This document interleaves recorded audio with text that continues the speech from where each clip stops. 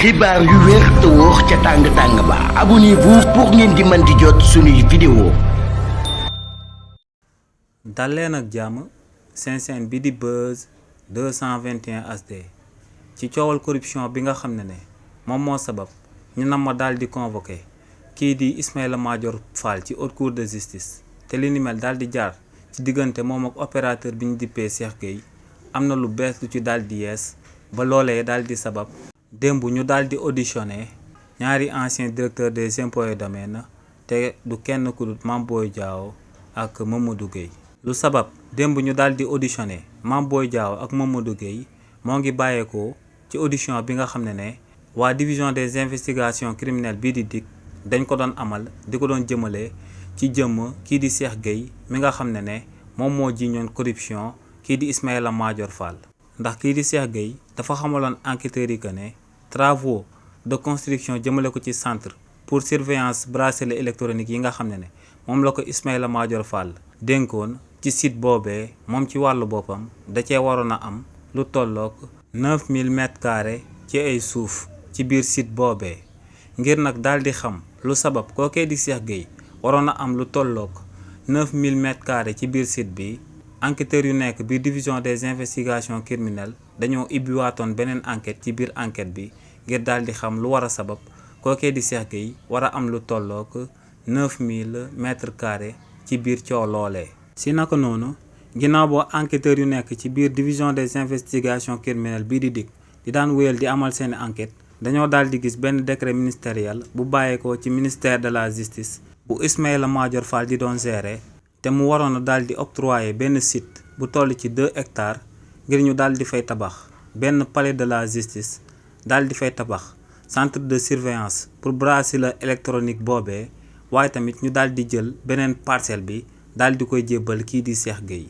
waaye nag ginnaaw bu waa enquêteurs yi nekk ci biir division des investigations criminelles wéyalee di amal enquête jëmale ko ci li ni mel dañoo daal di gis que ne ci 2 hectares yooyee nga xam ne dañ koo réserver woon ngir daal di tabax akub palais de justice akub centre de surveillance waaye tamit daal di jébbal leneen la ki ñu dippee Cheikh Gueye dañoo jël site boobee daal di koy xaaj ay parcelles ba tàmbale di jaay parcelles yooyee parcelles yi nag xaajoon nañ ko ci lu tollook 36 parcelles ba noppi tàmbale di ko jaay waaye tamit ginnaaw ba waa division des investigations criminelles di daan wéyal di amal enquête bi ba daal di convoqué ñi nga xam ne ñoom lañ jaayoon parcelles yooyee ñooñee dañ leen a daal di xamal que ne ñoom mosuñoo am terrain ci site yooyee donc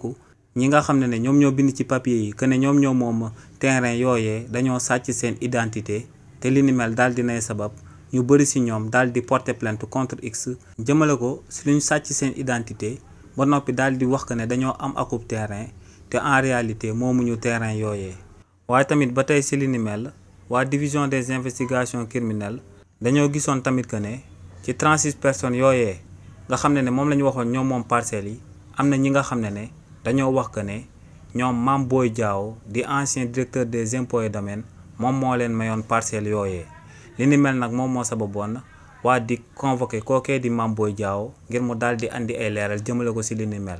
kii di Mame Boye Diao ne ginnaaw bañ daan morcelé site boobee dañ ko cee mayoon lu tollook 5 terrain te ne 5 terrain yooyee la jël daal di koy may ay xaritam. ne li ni mel moom moo sabab mu daal di laale ci dossier boobee waaye tamit xamaloon na enquêteurs yi que ne ci décret ministériel boobee nga xam ne lañ daal di octroyer lu tollook 2 hectares jëmale ko ci site boobee ne du moom moo daal di contresigné jëmale ko ci décret ministériel boobee waaye ne ku ko fa daal di uutu te muy Mamadou Gueye moom moo ko contresigné woon li ni mel nag moom moo sababoon tamit waa division des investigations criminelles bii di DIC convoqué woon kookee di Mamadou Gueye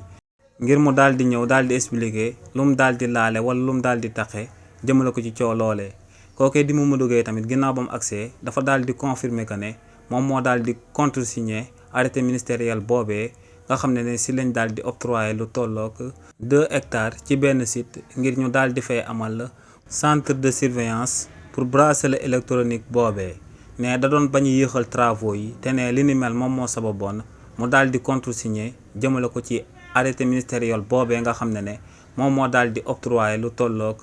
2 hectares ngir ñu daal di mën a daal di tabax centre de surveillance de bracelet électronique boobee xibaar yu wér te wóor ca tàng tàng ba abonnez-vous pour ngeen di mën di jot suñuy vidéo